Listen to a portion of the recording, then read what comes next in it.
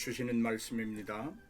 내가 형통할 때에 말하기를 영원히 흔들리지 아니하리라 하였도다. 아멘. 시편 30편 6절의 말씀입니다. 우리가 시편을 유형별로 나누어 보면 150편의 시가 있지만 감사를 주제로 드리는 시는 8편의 시가 있다고 제시할 수 있습니다. 30편, 32편, 34편, 40편, 75편, 107편, 116편, 118편을 말합니다. 오늘 우리에게 주신 이 30편은 다윗이 기록한 74편 중에 하나이며 구원에 대한 감사의 시로 하나님을 경축하는 내용을 담고 있습니다. 후반부에는 지상에서 얻는 안전은 불확실하지만 하나님으로부터 오는 안전은 신실하고 영원한 것임을 감사로 노래하고 있습니다. 이제 우리는 자신의 영혼의 영양분을 충분히 주어야 합니다. 어떻게 시작할까요? 먼저 우리 자신을 시험해 보아야 합니다. 돈이 제일이라고 속삭여 보십시오.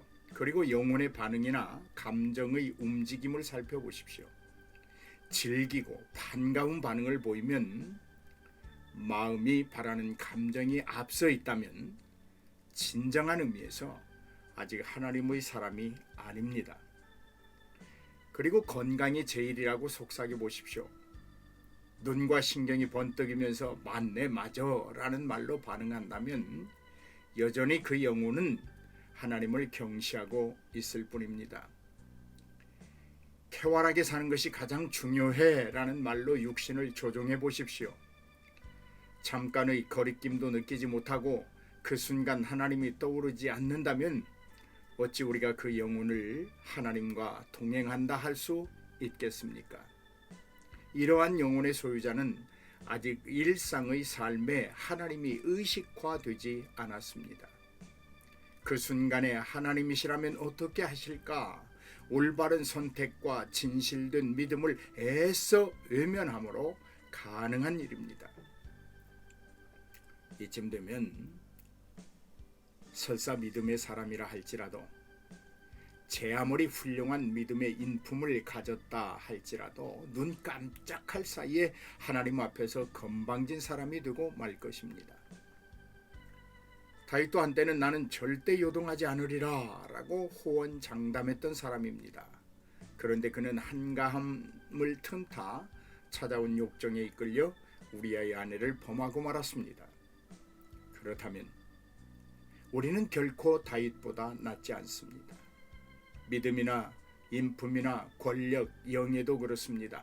다윗이 누리고 가졌던 것들의 절반에도 미치지 못하는 것이 우리임은 틀림없습니다. 사랑하는 여러분, 지금 한가하십니까? 가는 길이 순탄하십니까?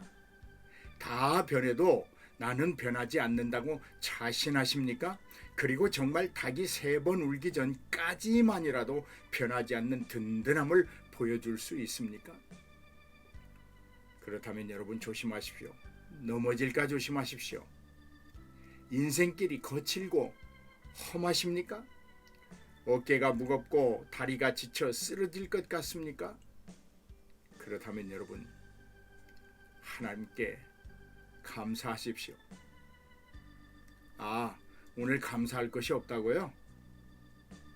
내가 정말 나처럼 고달픈 인생이 없다고요? 그렇다면 왜 지금만의 감사를 찾으시나요? 지난날의 감사는 충분했습니까? 그리고 다가올 감사, 내일 주심으로 누릴 감사는 찾아내지 못하나요? 감사의 눈이 그렇게도 심하게 시력을 잃어서 어찌하겠습니까?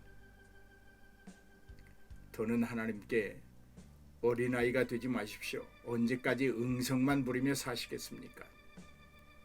지금 당하는 고난으로 하나님께 감사하십시오. 하나님의 첫 번째 관심은 우리 영혼의 평안함과 구원입니다. 육신의 질고는 잠깐이지만 영혼의 안식은 영원합니다. 영혼을 위해 잠깐이나 찰나는 얼마든지 포기할 수 있다는 정도의 지혜는 여러분 가지고 있잖아요. 고난을 감사하십시오. 우리가 겪는 갑작스러운 변화에도 감사하십시오. 세상 재산을 잃었어도 감사하십시오. 아니, 사랑하는 사람을 잃었습니까? 지금 심정은 어떻습니까? 눈을 들어 한번 하늘을 보며 하나님의 처지에서 생각해 보십시오. 우리를 자녀 삼기 위하여 자기 아들을 십자가에 죽이신 그 하나님이 우리를 잃는다면 그 하나님의 심정이 어떻겠습니까? 그 하나님의 심정에 비하면 지금 우리가 겪고 있는 좋지 않은 것들은 아무것도 아님을 깨닫게 될 것입니다. 사랑하는 여러분, 하나님이 이렇게 우리를 훈련하시지 않는다면 우리는 지금쯤 다시 옛사람으로 돌아가 있을 것입니다. 아무런 희망도 없이 무의미하게 살아가고 있을 것입니다. 진정한 즐거움과 평안은 있을 수 없다는 말로 미약한 자신을 위로하면서 깊은 한숨만 내뱉으며 살고 있을 것입니다. 사랑하는 여러분, 가혹할지라도 고난과 고통의 환난은 하나님이 자신의 긍휼 가운데 보내시는 크나큰 선물인 줄로 믿습니다. 하나님은 지금도 우리 모두를 잃지 않으시려고 노심초사하고 계십니다. 기억하십시오. 하나님은 절대로 우리를 잃지 않으십니다. 단 한 번도 우리를 떠나지 않으십니다.